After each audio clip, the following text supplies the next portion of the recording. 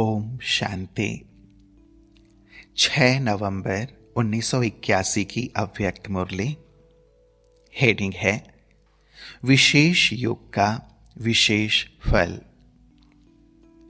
सदा कल्याणकारी शिव बाबा विश्व कल्याण के आधार मूर्त बच्चों प्रति बोले, आज विश्व कल्याणकारी बाप अपने विश्व कल्याण के कार्य के आधार मूर्त बच्चों को देख रहे हैं।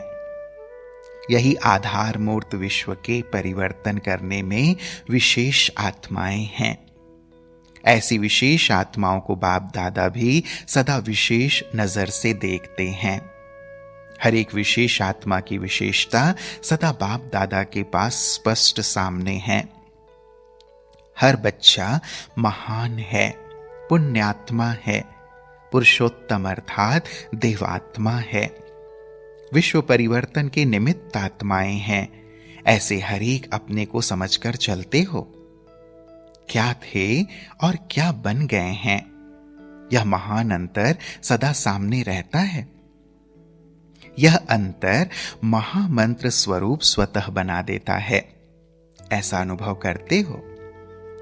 जैसे बाप के सामने सदा हर एक बच्चा विशेष आत्मा के रूप में सामने रहता है, वैसे आप सब भी अपनी विशेषता और सर्व की विशेषता यही सदा देखते हो। सदा कीचड़ में रहने वाले कमल को देखते हो, वह कीचड़ और कमल दोनों को देखते हो। संगम युग विशेष युग है और इसी विशेष युग में आप सर्व विशेष आत्माओं का विशेष पाठ है, क्योंकि बाप दादा के सहयोगी हो। विशेष आत्माओं का कर्तव्य क्या है? स्व की विशेषता द्वारा विशेष कार्य में रहना, अर्थात अपनी विशेषता का सिर्फ मन में व मुख से वर्णन नहीं करना, लेकिन विशेषता द्वारा कोई विशेष कार्य कर दिखाना। जितना अपनी विशेषता को मनसा सेवा व वाणी और कर्म की सेवा में लगाएंगे, तो वही विशेषता विस्तार को पाती जाएगी। सेवा में लगाना अर्थात एक बीज से अनेक फल प्रकट करना। ऐसे स्व की चेकिंग करो कि बाप द्वारा इस श्रेष्ठ जीवन में जो जन्म सिद्ध अधिकार के रूप में विशेषता मिली है, उसको सिर्फ बीज रूप में ही रखा है, वह बीज को सेवा की धरनी में डाल विस्तार को पाया है, अर्थात अपने स्वरूप व सेवा के सिद्धि स्वरूप के अनुभव किए हैं।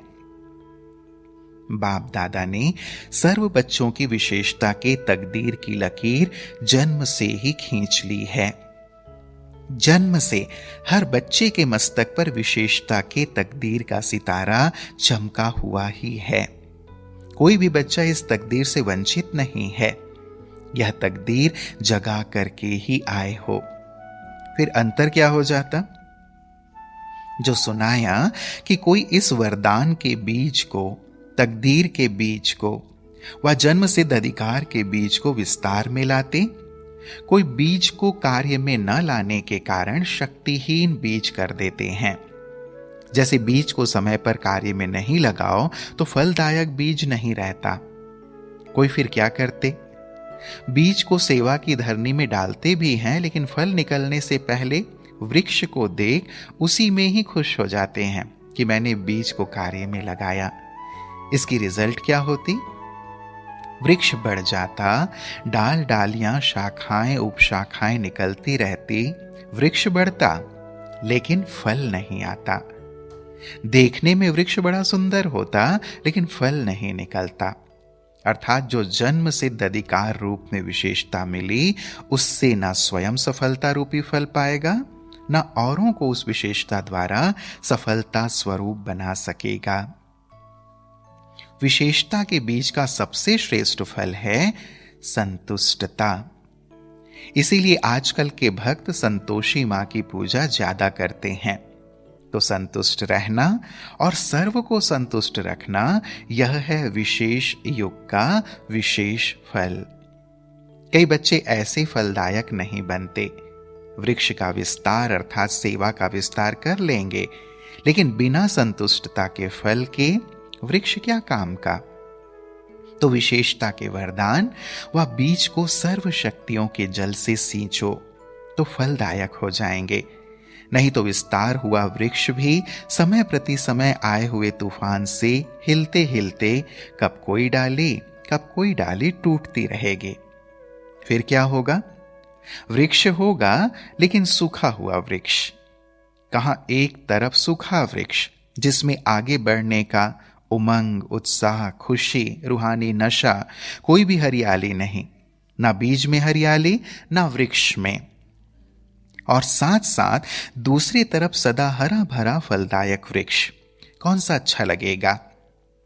इसलिए बाप दादा ने विशेषता के वरदान का शक्तिशाली बीज सब बच्चों को दिया है। सिर्फ विधि पूर्वक फलदायक बनाओ। यह रही स्व के विशेषता की बात। अब विशेष आत्माओं के संबंध संपर्क में सदा रहते हो, क्योंकि ब्राह्मण परिवार अर्थात विशेष आत्माओं का परिवार। तो परिवार के संपर्क में आते हरेक की विशेषता को देखो। विशेषता देखने की ही दृष्टि धारण करो, अर्थात विशेष चश्मा पहन लो। आजकल फैशन और मजबूरी चश्मे की है, तो विशेषता देखने वाला चश्मा धारण करो तो दूसरा कुछ दिखाई नहीं देगा। जब साइंस के साधनों द्वारा लाल चश्मा पहनो तो हरा भी लाल दिखाई दे सकता है। तो इस विशेषता की दृष्टि द्वारा विशेषता ही देखेंगे। कीचड़ को नहीं देख कमल को देखेंगे, और हरेक की विशेषता द्वारा विश्व परिवर्तन के कार्य में विशेष कार्य के निमित्त बन जाएंगे। तो एक बात, अपनी विशेषता को कार्य में लगाओ, विस्तार कर फलदायक बनाओ। दूसरी बात, सर्व में विशेषता देखो। तीसरी बात, सर्व की विशेषताओं को कार्य में लगाओ। चौथी बात, विशेष युग की विशेष आत्मा हो, इसलिए सदा विशेष संकल्प, बोल और कर्म करना है। तो क्या हो जाएगा?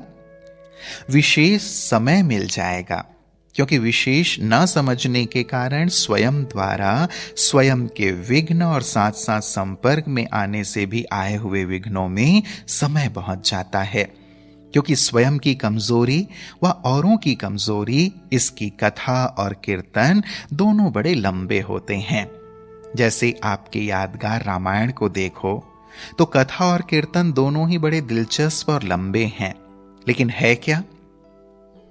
विशेषता न देख ईर्ष्या में आए तो कितना लंबा कीर्तन और कहानी हो गई। ऐसे विशेषता को न देखने से लक्ष्मी नारायण की कथा के बजाय राम कथा बन जाती है, और इसी कथा कीर्तन में स्वयं का, सेवा का समय व्यर्थ गंवाते हो। और भी मजे की बात करते हो। सिर्फ अकेला कीर्तन कथा नहीं करते, लेकिन कीर्तन मंडली भी तैयार करते हैं। इसीलिए सुनाया, इस व्यर्थ कीर्तन कथा से समय बचने के कारण विशेष समय भी मिल जाता है। तो समझा क्या करना है, क्या नहीं करना है?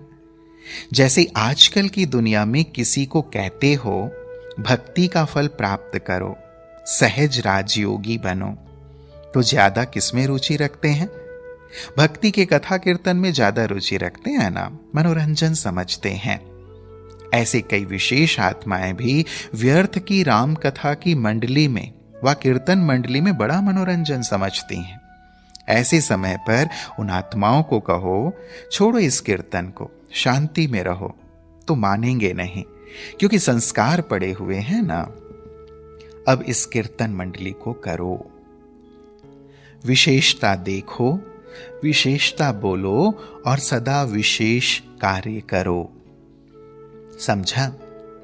विशेष आत्माओं की सभा में बैठे हो ना, और ग्रुप भी विशेष है, दोनों ही गद्दी वाले हैं। एक प्रवेशता की गद्दी, दूसरी राज गद्दी। वह है राज्य की चाबी मिलने की गद्दी, कलकत्ता, और वह है राज्य करने की गद्दी, दिल्ली। तो दोनों ही गद्दी हो गई ना, तो दोनों की विशेषता हुई ना। चाबी नहीं मिलती तो राज्य भी नहीं करते, इसलिए विशेषता को नहीं भूलना।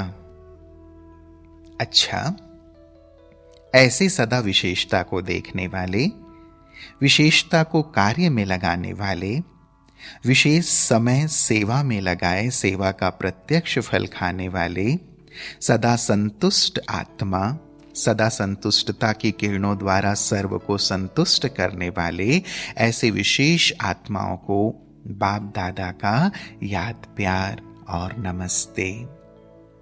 हम बच्चों का भी प्राणेश्वर बाप दादा को याद प्यार और नमस्ते नमस्ते नमस्ते बाबा। फिर प्यारे बाबा ने पार्टियों के साथ मुलाकात की। पहली पार्टी, आवाज से परे जाने की युक्ति जानते हो? अशरीरी बनना अर्थात आवाज से परे हो जाना। शरीर है तो आवाज है, शरीर से परे हो जाओ तो साइलेंस। साइलेंस की शक्ति कितनी महान है, इसके अनुभवी हो ना। साइलेंस की शक्ति द्वारा सृष्टि की स्थापना कर रहे हो। साइंस की शक्ति से विनाश, साइलेंस की शक्ति से स्थापना। तो ऐसे समझते हो कि हम अपनी साइलेंस की शक्ति द्वारा स्थापना का कार्य कर रहे हैं। हम ही स्थापना के कार्य के निमित्त हैं, तो स्वयं साइलेंस रूप में स्थित रहेंगे, तब स्थापना का कार्य कर सकेंगे। अगर स्वयं हलचल में आते तो स्थापना का कार्य सफल नहीं हो सकता। विश्व में सबसे प्यारी से प्यारी चीज है शांति, अर्थात साइलेंस। इसके लिए ही बड़ी बड़ी कॉन्फ्रेंस करते हैं। शांति प्राप्त करना ही सबका लक्ष्य है। यही सबसे प्रिय और शक्तिशाली वस्तु है। और आप समझते हो, साइलेंस तो हमारा स्वधर्म है। आवाज में आना जितना सहज लगता है, उतना सेकेंड में आवाज से परे जाना, यह अभ्यास है। साइलेंस की शक्ति के अनुभवी हो। कैसी भी अशांत आत्मा को शांत स्वरूप होकर शांति की किरणें दो, तो अशांत भी शांत हो जाए। शांति स्वरूप रहना अर्थात शांति की किरणें सबको देना, यही काम है। विशेष शांति की शक्ति को बढ़ाओ। स्वयं के लिए भी, औरों के लिए भी शांति के दाता बनो। भक्त लोग शांति देवा कहकर याद करते हैं ना। देव यानी देने वाले। जैसे बाप की महिमा है शांति दाता, वैसे आप भी शांति देवा हो। यही सबसे बड़े ते बड़ा महादान है। जहां शांति होगी वहां सब बातें होंगी। तो सभी शांति देवा हो। अशांत के वातावरण में रहते स्वयं भी शांत स्वरूप और सबको शांत बनाने वाले। जो बाप दादा का काम है वही बच्चों का काम है। बाप दादा शांत आत्माओं को शांति देते हैं, तो बच्चों को भी फॉलो फादर करना है। ब्राह्मणों का धंधा ही ये है। अच्छा, फिर दूसरी पार्टी से बाबा ने मुलाकात की। ब्राह्मणों का विशेष कर्तव्य है ज्ञान सूर्य बन सारे विश्व को सर्व शक्तियों की किरणें देना। सभी विश्व कल्याणकारी बन विश्व को सर्व शक्तियों की किरणें दे रहे हो। मास्टर ज्ञान सूर्य हो ना। तो सूर्य क्या करता है? अपनी किरणों द्वारा विश्व को रोशन करता है। तो आप सभी भी मास्टर ज्ञान सूर्य बन सर्व शक्तियों की किरणें विश्व में देते रहते हो। सारे दिन में कितना समय इस सेवा में देते हो? ब्राह्मण जीवन का विशेष कर्तव्य ही यह है, बाकी निमित्त मात्र। ब्राह्मण जीवन व जन्म मिला ही है विश्व कल्याण के लिए। तो सदा इसी कर्तव्य में बिजी रहते हो। जो इस कार्य में तत्पर होंगे वह सदा निर्विघ्न होंगे। विघ्न तब आते हैं जब बुद्धि फ्री होती है। सदा बिजी रहो तो स्वयं भी निर्विघ्न और सर्व के प्रति भी विघ्न विनाशक। विघ्न विनाशक के पास विघ्न कभी भी आ नहीं सकता। अच्छा, फिर तीसरी पार्टी।